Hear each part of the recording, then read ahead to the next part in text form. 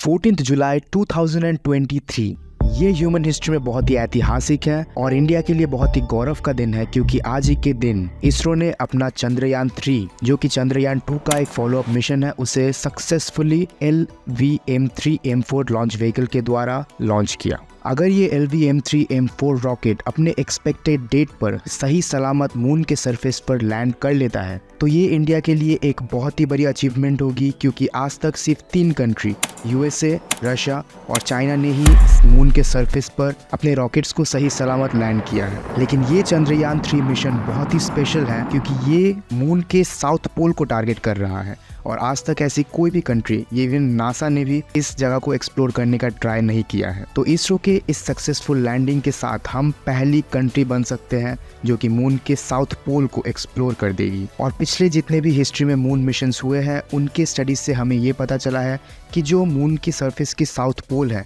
यहाँ पर हमें बहुत सी वाटर, आइस और मिनरल्स जैसे कि hydrogen, ammonia, helium, sodium, silver, यहाँ तक कि मरकरी, जो कि हमारे लिए इकोनॉमिकली बहुत ही इंपॉर्टेंट है, ये उस जगह पर पाई जा सकती है। तो अगर ऐसा सचमुच हो गया तो इसरो हमें रातों रात मालामाल भी बना सकता है। पैसा ही पैसा होगा। ये सिर्फ एक ही रीज़न है जो चंद्रयान 3 मिशन को इतना स्पेशल बनाती है, लेकिन इसके काफ़ी और भी रीजंस हैं, जिसे समझने के लिए हमें समय में थोड़ा पीछे जाना पड़ेगा। तो कहानी की शुरुआत होती है 1999 से, जब इंडियन एकेडमी ऑफ साइंसेस में एक मीटिंग के दौरान इस आइडिया को पुट फॉरवर्ड किया गया कि इंडिया की भी एक खुद की स्पेस मिशन होनी चाहिए। इसी आइडिया को फिर 2000 में एस्ट्रोनॉटिकल सोसाइटी ऑफ इंडिया यानी ASI ने आगे बढ़ाया और फिर उसके कुछ ही महीनों के बाद इंडियन स्पेस रिसर्च ऑर्गेनाइजेशन यानी इसरो ने एक national lunar mission task force को सेटअप किया। और बहुत ही एग्जामिनेशंस के बाद इसरो फाइनली इस नतीजे पर पहुंची कि उसके पास वो टेक्निकल एक्सपर्टीज है जो कि एक मून मिशन के लिए चाहिए। तो बस शुभ काम में देरी किस बात की। इसीलिए 15 अगस्त 2003 को हमारे तब के प्राइम मिनिस्टर अटल बिहारी वाजपेयी ने इंडिपेंडेंस डे के स्पीच में एक ऑस्पिशियस अनाउंसमेंट करते हुए चंद्रयान 1 प्रोजेक्ट की अनाउंसमेंट कर डाली। फिर अप्रैल 2003 को करीबन 100 फेमस रेस्पेक्टेड इंडियन साइंटिस्ट ने, जिनकी field of study planetary and space sciences, earth sciences, physics, chemistry, astronomy, astrophysics, engineering और कम्युनिकेशन साइंसेस वगैरह वगैरह की थी, इन सभी ने मिलकर एक टास्क फोर्स के अंडर 6 मंथ में गवर्नमेंट से अप्रूवल लेके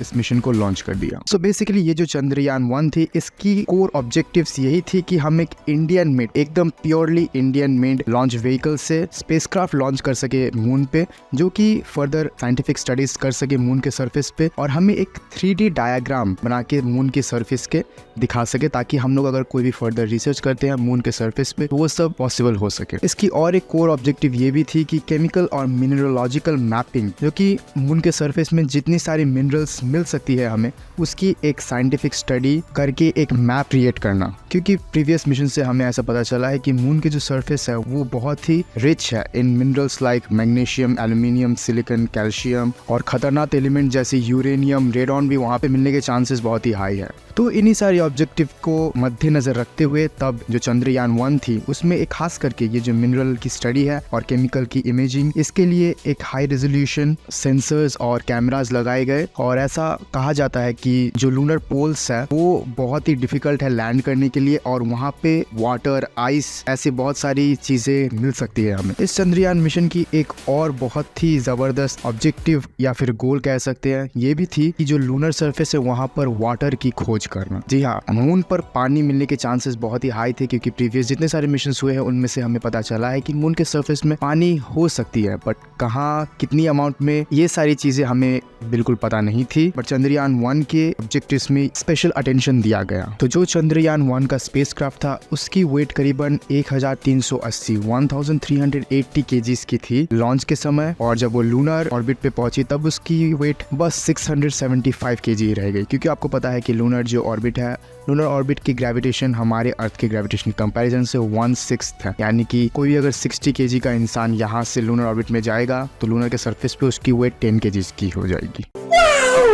तो जो पावर की सोर्स थी वो स्पेशली सोलर एरे थी, सोलर पैनल्स, जो कि लगे हुए थे चंद्रयान के लैंडर पे, और इसी से वो स्पेसक्राफ्ट को फर्दर मिशंस कैरी आउट करने के लिए पावर मिलती थी। इस चंद्रयान 1 के स्पेसक्राफ्ट ने एक बायोप्रोपेलेंट यूज किया था और इसके पावर प्लांट में करीबन 440 न्यूटन की इंजन और 822 न्यूटन के थ्रस्टर्स लगे हुए थे। इसकी फ्यूल और ऑक्सीडाइजर 390 लीटर के एक टैंक पे स्टोर की हुई थी और ये स्पेसक्राफ्ट 2 सेंसर, गायरोस और रिएक्शन व्हील के बदौलत बनी हुई थी। इसके पेलोड में 2 इंडियन मेड कैमरास थे और एक लेजर रेंजिंग इंस्ट्रूमेंट जो कि इंफ्रारेड लेजर लाइट से लूनर सरफेस की हाइट डिटरमाइन करने में सक्षम है। इसके अलावा इसमें एक high energy gamma x ray spectrometer भी थी और एक मून इम्पैक्ट प्रोब भी थी जो कि इसरो के द्वारा खुद डेवलप की गई थी, और कुछ एक्सरे फ्लोरेंस स्पेक्ट्रोमीटर और reflecting analyser, moon mineralogy mapping और वगैरह वगैरह 3-4 चीजें हमने बाहर की देशों से भी लिया था। और फिर इस चंद्रयान 1 को 22 अक्टूबर 2008 को सतीश धवन स्पेस सेंटर से लॉन्च किया गया। ये लॉन्च एक दिल दहला देने वाली ऑस्पिशियस मोमेंट थी सारे इंडियन सिटीजन्स के लिए। लॉन्च के बाद चंद्रयान 1 को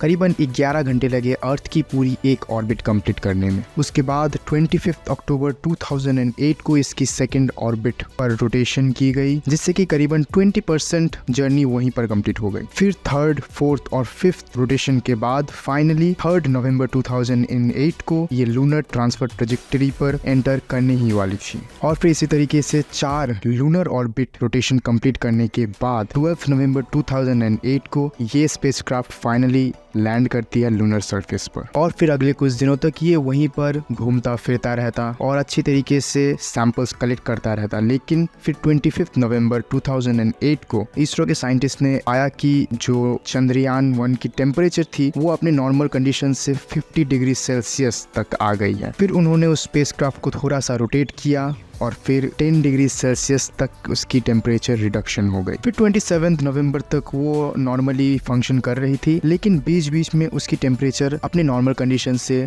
थोड़ी बढ़ती दिखाई दे रही थी। तो इसीलिए इसरो के साइंटिस्ट ने ऐसा सोचा कि वहाँ पर ज़्यादा इंस्ट्रूमेंट्स ना फंक्शन करके एट अ टाइम एक ही इंस्ट्रूमेंट को रन कर देना चाहिए, तब तक जबकि चांद की ऑर्बिटल टेम्परेचर कंडीशंस स्टेबलाइज नहीं हो जाती है। और जो स्पेसक्राफ्ट की मिनरलॉजी मैपर थी उसने लूनर सरफेस पे बहुत सारी आयरन और आयरन बियरिंग मिनरल्स जैसे कि पायरोक्सिन का डिस्कवरी किया और पानी की संभावना हो सकती है इसके ट्रेसेस बताए। ओवरऑल इस क्राफ्ट ने 3000 ऑर्बिट्स कंप्लीट किए और करीबन 70,000 इमेजेस कैप्चर की पूरे लूनर सरफेस की, जो कि तब के टाइम में एक बहुत बड़ी अचीवमेंट थी और एक अच्छा रिकॉर्ड भी था बाकी सारे नेशंस के जो मून मिशन से उनके कंपैरेटिवली। और फिर 29 अक्टूबर 2008 आते आते हमारे चंद्रयान 1 ने बहुत सारी क्रेटर्स, पीक्स और सारी लूनर सरफेसेस और बहुत सारी हार्श कंडीशंस की फोटोग्राफ्स भी खींच ली थी। जैसे कि आपको पता होगा कि मून के सरफेस में बहुत सारी क्रेटर्स यानी जो गड्ढे होते हैं उन्हें क्रेटर्स कहते हैं, ये बहुत सारी अमाउंट में एबंडेंट में प्रेजेंट होती है मून के सरफेस में। तो ये सारी हमें उन इमेजरी से ही पता चला है जो कि उस स्पेसक्राफ्ट में तब के टाइम में खींची थी। ये एक इमेज है जो कि चंद्रयान 1 के द्वारा लिया गया था पूरे अर्थ सरफेस की 25 मार्च 2009 को। और जो एक्सरे इमेजरीज थी, एक्सरे स्टडीज से बहुत ही हाई क्वांटिटी में मैग्नीशियम, सिलिकॉन की होने की पॉसिबिलिटी भी इनसे पता चला है। फिर जाकर 9 महीने के कंटिन्यूअस ऑपरेशन के बाद एक स्टार ट्रैकर जो कि लूनर सरफेस की ऑल्टीट्यूड को मेजर करता था, वो सेंसर फेल कर जाता है और उससे कांटेक्ट हमारा लूज हो जाता है। फिर अचानक 28 अगस्त 2019 को हमारा कम्युनिकेशन इस स्पेसक्राफ्ट से पूरी तरीके से लॉस्ट हो जाता है। इस चंद्रयान 1 की टोटल ऑपरेशन डेज 312 डेज थी। वैसे कांटेक्ट क्यों लूज हुई थी इसका रीजंस तो हमें अभी तक पता नहीं चला है, लेकिन according to ISRO chairman Madhavan Nair, जो हाई रेडिएशन है उसी के कारण जो कंट्रोल यूनिट्स थी उसी पे कोई बोर्ड फेलियर मोस्ट प्रोबेबली हुआ होगा। ओवरऑल ये मिशन 10 महीने से भी कम के लिए चला, लेकिन जो इसरो के साइंटिस्ट थे उनका ये कहना है कि इसने अपनी 95% ऑब्जेक्टिव्स ऑलरेडी कंप्लीट कर ली थी। इस चंद्रयान की जो मून मिनरलॉजी मैपर थी उससे फाइनली जो मैग्मा ओशन हाइपोथेसिस थी वो कंफर्म हो गई थी। ये मैग्मा ओशन हाइपोथेसिस का मानना है कि जो मून थी वो एक टाइम पे पूरी तरीके से मोल्टन यानी लिक्विड फॉर्म में थी और फिर धीरे धीरे अकॉर्डिंग टू फेवरेबल कंडीशंस वो एक सॉलिड फॉर्म पे कन्वर्ट होती गई। इस स्पेसक्राफ्ट ने बहुत सारे इमेजेस उस जगह की भी कैप्चर की थी जहाँ पे यूएस स्पेसक्राफ्ट अपोलो 15 ने लैंड किया था। इस स्पेसक्राफ्ट की मून मिनरलॉजी मैपर ने 25 सितंबर 2019 को और एक एस्टॉनिशिंग सी डिस्कवरी की, जो कि मून के सरफेस में पानी का प्रेजेंस। जी हाँ, 25 सितंबर 2009 को इसरो अनाउंस करता है कि उन्हें मून के सरफेस में पानी की प्रेजेंस मिली है। अब ये पानी मून के सरफेस में कहाँ से आया केवल किसी को पता नहीं है, क्योंकि मून के जो एटमॉस्फेयर है वो एकदम थिन यानी ना के बराबर है। लेकिन यूरोपियन स्पेस एजेंसी ऐसा कहना है कि जो वहाँ की रेत है वो सोलर विंड से हाइड्रोजन कलेक्ट करती है और उसके सरफेस पे जो ऑक्सीजन है उसके साथ मिलके हाइड्रोक्सिल आयंस और वाटर बनाती है। और भी बहुत सारी डिस्कवरीज जैसे कि टेक्टोनिक मूवमेंट, जैसे हमारे यहाँ पे अर्थक्वेक्स आती है वहाँ पे भी अर्थक्वेक्स होती है, बट उन्हें कोई प्रॉपर टर्म नहीं दिया गया है, तो आप कह सकते हैं वहाँ पर मून क्वेक्स होती है।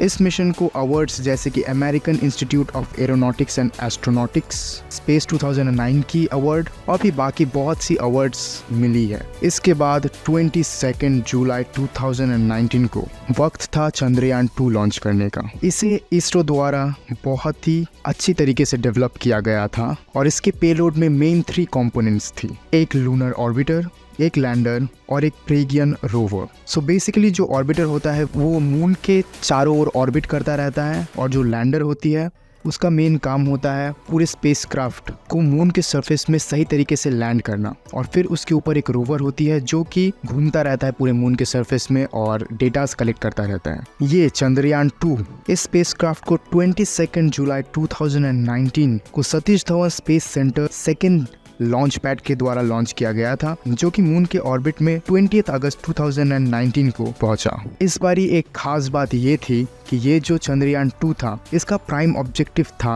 कि मून के जो साउथ पोलर रीजन है उसे कम्प्लीटली स्टडी करना, क्योंकि यही वो मून का साइड है जहाँ पर काफी बड़े बड़े गड्ढे यानी कि क्रेटर्स मौजूद है और यहाँ पे लैंड करना बहुत ही मुश्किल है। लेकिन यहाँ पर लैंड करने के फायदे भी बहुत है, क्योंकि यहाँ पर ही सारी मिनरल्स जितनी भी हो सकती है वो मिनरल्स जैसे कि मैग्नीशियम, आयरन वगैरह मिलने की संभावना बहुत ही ज़्यादा है। क्योंकि पिछले मिशन से हमें ये पता चला है कि यही वो जगह है जहाँ पर और भी कई तरह के डिफरेंट मिनरल्स, ऐसे मिनरल्स जो कि अर्थ पे भी नहीं पाए जाते हैं, उनकी मिलने की पॉसिबिलिटी भी बहुत ही हाई है। ये लॉन्च पहले शेड्यूल किया गया था 14 जुलाई 2019 को, लेकिन एक टेक्निकल ग्लिच के कारण इसे अबॉर्ट कर दिया गया था लॉन्च के ठीक 56 मिनट 24 सेकंड पहले। और फिर फाइनली 22 जुलाई 2019 को इसे लॉन्च किया गया था LVM-3M1 रॉकेट के द्वारा। इसकी जो इनिशियल लॉन्चिंग टारगेट थी वो ठीक मून के साउथ पोल से 600 किलोमीटर दूर थी, लेकिन अनफॉर्चुनेटली इसकी जो लैंडर थी जिसका नाम विक्रम लैंडर रखा गया था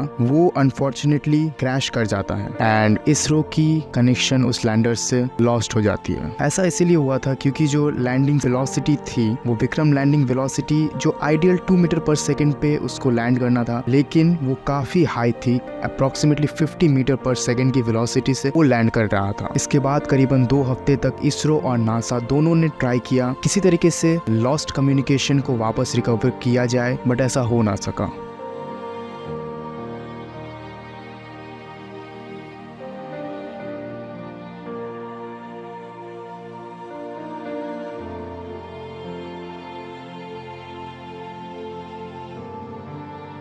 फिर जाकर 16 नवंबर 2019 को फेलियर एनालिसिस कमेटी अपने रिपोर्ट्स पर ये रिलीज करती है कि जो विक्रम लैंडर की क्रैश थी वो असल में एक सॉफ्टवेयर ग्लिच के कारण हुआ था। इसी सॉफ्टवेयर ग्लिच के कारण जो विक्रम लैंडर थी उसकी थ्रस्टर्स की वेलोसिटी बहुत ही हाई थी जब वो लैंड कर रहा था, इसीलिए उसने एक सॉफ्ट लैंडिंग के बजाय हार्ड लैंडिंग किया और फिर क्रैश कर गया। इस लैंडर के अनसक्सेसफुल लैंडिंग के बाद इसका जो रोवर था वो भी अपना काम करने में नाकाम हो गया, बट इसकी जो ऑर्बिटर थी वो अपना काम बखूबी निभा रही थी और मून की चारों ओर ऑर्बिट किए जा रही थी। तो इसीलिए इसी चीज को मद्देनजर रखते हुए जब चंद्रयान 3 को प्लान किया गया तो जो ऑर्बिटर था उसे इसरो ने बनाया ही नहीं। इसमें सिर्फ जो लैंडर और रोवर थी उन्हीं दोनों को डेवलप किया गया, जिसके कारण इस ओवरऑल चंद्रयान 3 की जो बजट है वो इतनी कम है कि इसके बजट से काफी सारी हॉलीवुड की मूवीज बनाई जाती है। जी हाँ, ये सिर्फ 615 करोड़ है। और सोशल मीडिया में ये बहुत वायरल भी है कि जो आदि पुरुष मूवी बनी थी रिसेंटली, उसकी बजट थी 700 करोड़,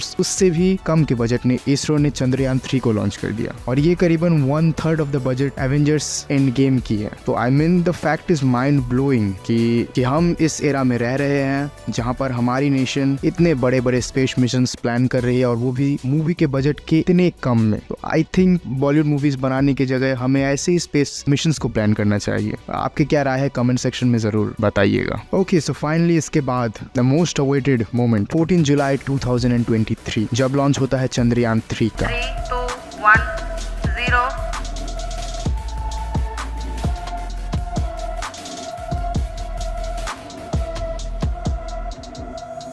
इस पल का लोगों को इतना इंतजार था कि बस एक ही दिन में इस चंद्रयान 3 की लॉन्चिंग लाइव वीडियो जो कि इसरो के ऑफिशियल चैनल पे हुई थी, उस पर एक ही दिन में 19 मिलियन व्यूज आ गए। एंड आई होप कि इस बार की लैंडिंग एकदम सक्सेसफुल होगी एंड ये एक हिस्टोरिक मोमेंट होगा पूरे मैनकाइंड के स्पेस हिस्ट्री में। इस मिशन की तैयारी करीबन 14 नवंबर 2019 से चल रही है, यानी कि लगभग 3 से 4 साल की मेहनत लगी है इसमें। इस बार की लैंडिंग एक स्लिंग शॉर्ट कैपेबिलिटी लैंडिंग होगी, यानी कि पहले करीबन 3 से 4 ऑर्बिट के अर्थ के लगाएगा और फिर मून के ऑर्बिट में एंटर करेगा और फिर वहां पर 3 से 4 ऑर्बिट करने के बाद इसकी वेलोसिटी जब कम हो जाएगी उसके बाद ही इससे सॉफ्ट लैंडिंग करवाई जाएगी। क्योंकि पिछले सिनेरियो में हमारे साथ यही हुआ था कि उसकी वेलोसिटी जितनी कम होनी चाहिए थी उससे बहुत ही हाई हो गई थी लैंडिंग के टाइम में और इसीलिए सॉफ्ट के वजह हार्ड लैंडिंग हो गई थी। और भी इस बार काफी चीजों का ख्याल रखा गया है ताकि हम वो गलती दोबारा ना करें जो चंद्रयान 2 के टाइम हुआ था। So let's hope for the best and अगर वीडियो अच्छी लगी है तो आपको पता है क्या करना है।